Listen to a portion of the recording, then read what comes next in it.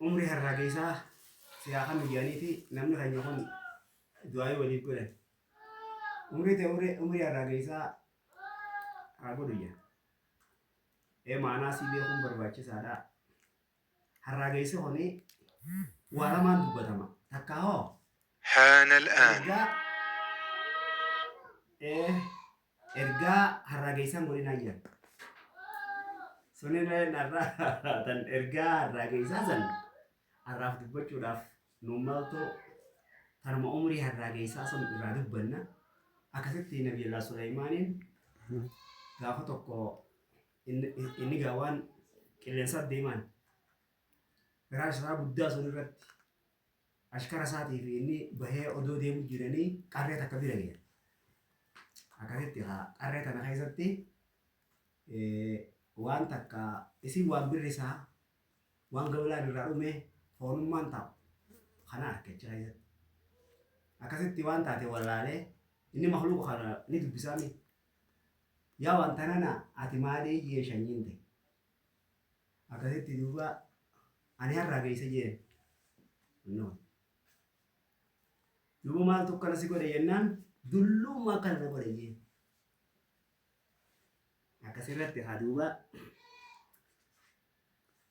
hoolaa tokko qalee bira fidee akkasitti bira kaa'ee biraa deeme Nabiyallaa Suleymaaniin akkasitti yogguu inni hoolaa sun fixe dhufee ilaalemmas.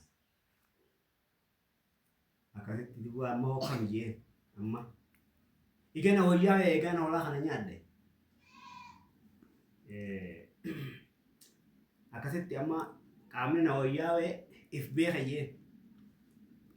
Akkasitti hoolaa lama daafidee qalee mas bira kaa'ee biraa deeme. Hoolaa guddaan ta'in kan xiqqaan ta'in.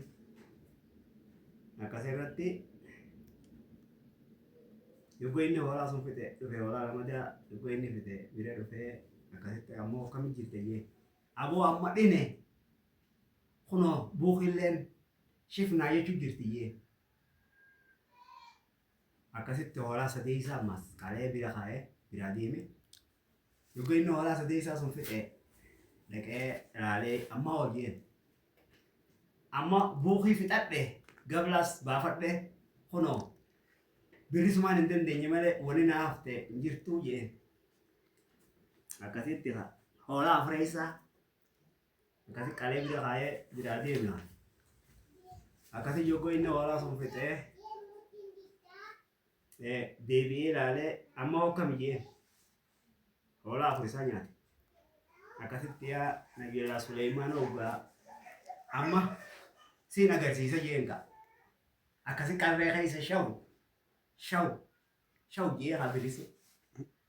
Akkasitti kunoo akkana dhineetiin akkana sababa keetiin gaafa kunoo akkanatti fayyee akkasitti duuba gaawwaniin sii godhan jirtu. Waan rabbiin umrii na dheereessee ani warra durii wajjiniin lafa tanarraas turreef jecha bakkuma warri dur waatti awwaale siqee achiin si garsiisa jeeni tulluu takka garsiise galata keeti jeeni. Akkasii Nabiyallaa Suleymaaniin tulluu tana namaa fi jinniidhaa fi shayxaana itti ajajee ziqaa keessaa baasan ziqaa hedduu keessaa baasan. Akkasirratti duuba ziqaa kanarraa qoriilee ifi okkoteedhaa fi meeshaalee tana tolchaa jeen Nabiyallaa Suleymaaniin akkasitti qorii akka gaaraa akka gaarranii tana irraa tolchan ziqaa sunirra. Ziqaa bar namni harkate hedduu namaan taa'u jenni. Akkasumatti qorii akka gaaraa tana ziqaa irraa eebba tolchee maal yaadee seetaree Suleymaaniin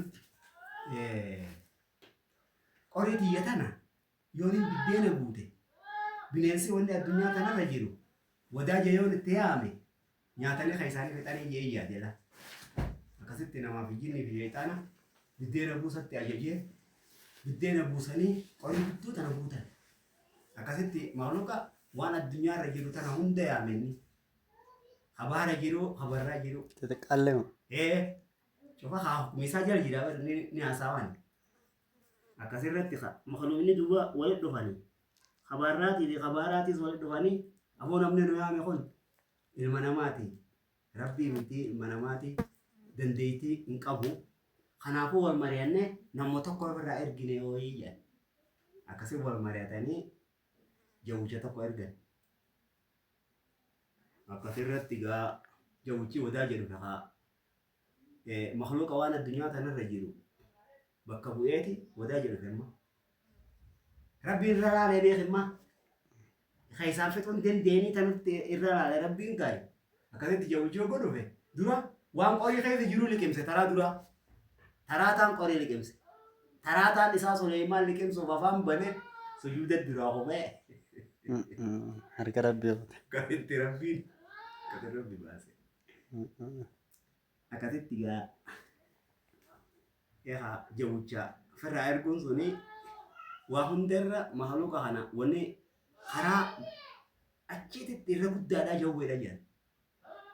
Akkasitti jawwichi bakka bu'ee akkasitti gaa qorii sunis liqimsee biddeenaas liqimsee akkasitti Suleymaan liqimsuudhaaf ka isaa itti aaggate sujuuda duraa qofa.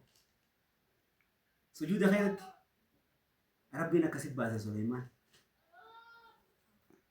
Suni gaa qisaan achi dhaabbattee ammoo tan jawwee turre guddoodhaa tana guyyaa biraa godhannaa har'a ammasuma isin qayisinaa.